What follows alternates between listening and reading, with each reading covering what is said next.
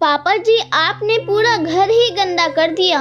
अभी अभी पूजा ने पोछा मारा था और आपने चप्पलों के निशान छोड़ दिए। थोड़ी तो समझ होनी चाहिए आपको। आप बच्चे तो हैं नहीं। बहू श्वेता के मुंह से ये शब्द सुनकर राम प्रसाद जी हतप्रभ से खड़े रह गए। कैसे पुलिस की नौकरी में सिर्फ उनकी एक आवाज बड़े से बड़े मुजरिमों को हिला कर रख देती थी, और आज उनकी बहू उन्हीं के घर में इतना सुना रही थी।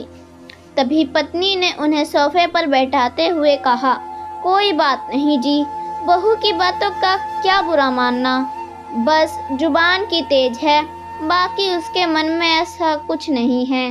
राम प्रसाद जी ने पत्नी की आंखों में देखा, जैसे पूछ रहे हों सच में, और फीकी सी हंसी उनके ओठों पर तैर गई, लेकिन आंखों के कोर थोड़े से नम हो गए।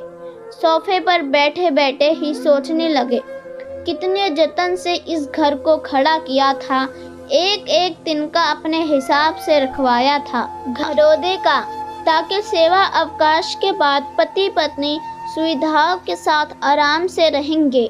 लेकिन आज सारी दुनिया उनके कमरे तक सिमट गई है। कमरे से बाहर निकलो तो कितना कुछ सुनना पड़ता था उन्हें। हॉल के अंदर फायर फिट बनवाया था कि ठंड के दिनों में वहां आग के सामने भुनी मूंगफलियां खाएंगे। लेकिन मजाल क्या कि बहू कभी सर्दी में आग जलाने दे। कहती थी कि पूरे घर में राख के कण फैलते हैं। फिर वो चिमनी वैसी ही रंगी पूती दिखती थी, एकदम उजली, क्योंकि बहू को वैसी ही पसंद थी। ये सब सोच रहे थे, तभी पत्नी हाथ में कॉफी का मग लिए वहां उनके पास आ बैठी। पति को बहुत अच्छे से जानती थी कि वो अभी गुस्से में थे, और उनके हाथ की कॉफी पीकर उनका गुस्सा शांत हो जाता था।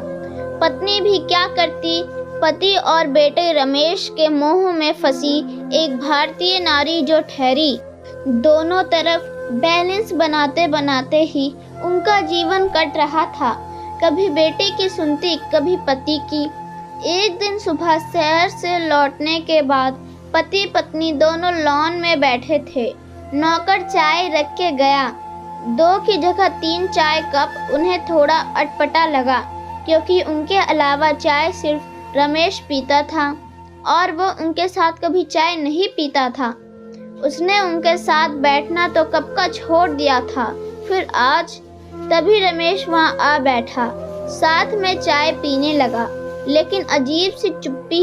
ये वही रमेश है जो छोटा था तो उसकी बातें खत्म ही नहीं होती थी। राम प्रसाद जी कितना भी थके हों, रमेश के साथ खेलते ही थे।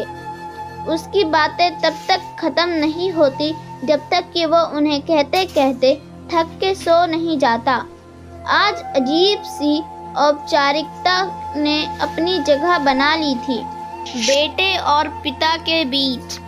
तभी पत्नी ने उस खामोशी को तोड़ा। रमेश, अगले महीने ही तो श्वेता के भाई के बेटे की शादी है ना? हाँ माँ, उसी बारे में बात करने आया हूँ। लड़के वाले इसी शहर के हैं और वो यहीं से शादी करना चाहते हैं। सो श्वेता का परिवार शादी के लिए ये घर चाहता है। वो हमारे घर से शादी करना चाहता है। इसलिए मैं चाहता हूँ कि जब तक भीड़ भाड़ रहेगी घर में, तब तक आप दोनों दीदी के पास चले जाओ। आप दोनों को भी भीड़ भाड़ से असुविधा होगी, और दीदी भी इसी शहर में है तो आप लोगों को कोई तकलीफ भी नहीं होगी। आप दोनों का कमरा भी उनके काम आ जाएगा। ये सुनकर राम प्रसाद जी गुस्से से लाल हो गए, फिर भी अपनी आवाज को संयमित करके बोले, बहू के घर वालों को दूसरे घर दिला दो किराए पर 10-15 दिनों के लिए। हम क्यों शिफ्ट हो कहीं? पापा, आप भी ना गजब करते हो। श्वेता के घर वाले हैं, हमारे इतने बड़े घर के रहते उनके लिए दूसरा घर देखे। अब श्वेता ने उनसे कह भी दिया है, अब आप लोग अपना देख लो, वो यहीं आएंगे। कहकर रमेश एकदम से अंदर चला गया। अंदर से बहू श्वेता की आवाज भी आने लगी। लग रहा था कि वो सब कुछ सुन रही थी और उसे राम प्रसाद जी की बात शायद अच्छी नहीं लगी थी। आज पत्नी आंखों से आंसू बहा रही थी और राम प्रसाद जी ने उन्हें अपना कंधा दिया, जैसे कह रहे थे कि अभी मैं हूँ, सब ठीक कर दूंगा। दूसरे दिन शाम राम प्रसाद जी सैर से आए तो पत्नी ने बताया कि बेटा बहू और बच्चों के साथ छुट्टी बिताने अपने ससुराल गया और बिना बताए।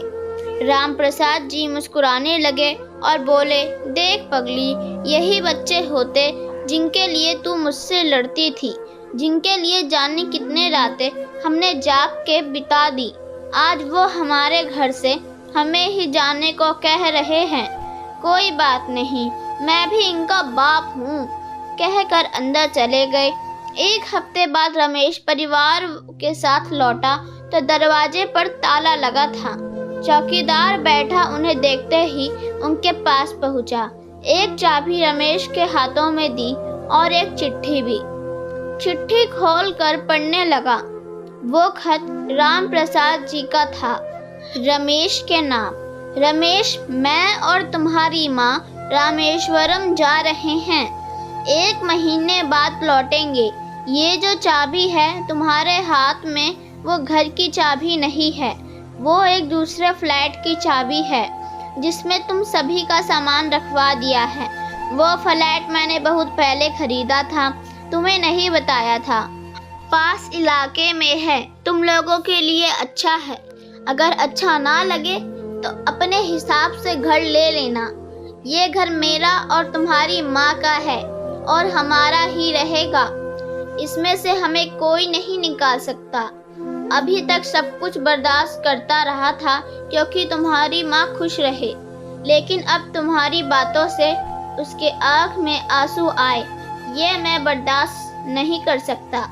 ये हमारा सपनों का घर है जिसमें हम अपने बच्चों और नाती पोतों के साथ रहना चाहते थे, लेकिन शायद ईश्वर को ये मंजूर नहीं था और तुम लोगों को हमारा साथ पसंद नहीं था। वो घर मेरे और माँ के तरफ से तुम लोगों के लिए आशीर्वाद स्वरूप है। इच्छा होगी तो रखना, वरना वापस कर देना। माता पिता होने के नाते हम अपना आत्मसम्मान नहीं खो सकते। हमारे बाद ये घर ट्रस्ट का होगा जो यहाँ वृद्ध आश्रम बनाएंगे।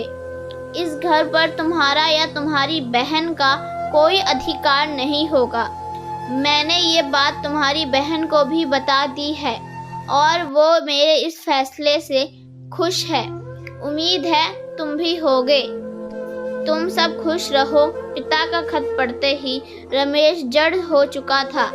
आंखों में आंसू थे, लेकिन ये पता नहीं कि वो आंसू पश्चाताप के थे या बड़े से घर को खोने का, या फिर इस एहसास के टूटने का कि पिता की जायदाद अंत में बेटे की ही होती है।